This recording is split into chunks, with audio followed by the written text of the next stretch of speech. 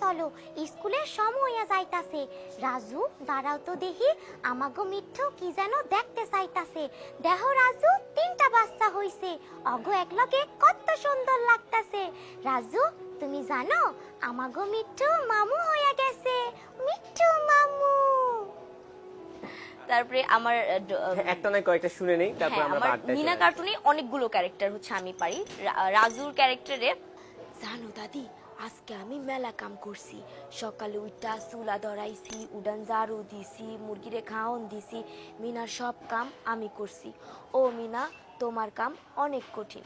আরেকজন আছে দাদি, দাদিমা কি বলে, দাদিমা বলে মিনা, রাজু ঠিক কথা কইছো, তোমাগো দুইজনার কাম অনেক কঠিন, তোমাগো দুইজনারে সমান সমান পুষ্টিকর খাওন খাওয়া লাগবো।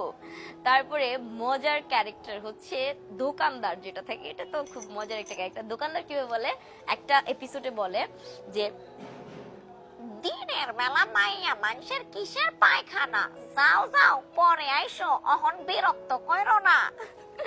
তারপরে একটা টিচার আসে নতুন 4-5 দিনের জন্য ক্লাস করানোর জন্য। ওই টিচারটা বলে এভাবে, কিছুটা অনেক রুডি টাইপের থাকে।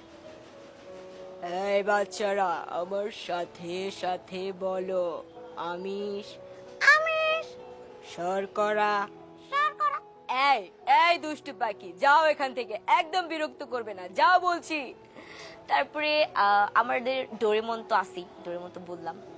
তারপর ডোরেমন ক্যারেক্টারে সুনিয়র আম্মু, ডোরেমনের যে সুনিয়র আম্মু, ওই ক্যারেক্টারটা কিছুটা এরকম বলে যে मेरा प्यारा बेटा सुनियो, तुम चाहो तो कुछ भी खरीद सकते हो मेरा प्यारा बेटा, तुम्हारे पापा के पास बहुत सारा पैसा है मेरा प्यारा बेटा सुनियो।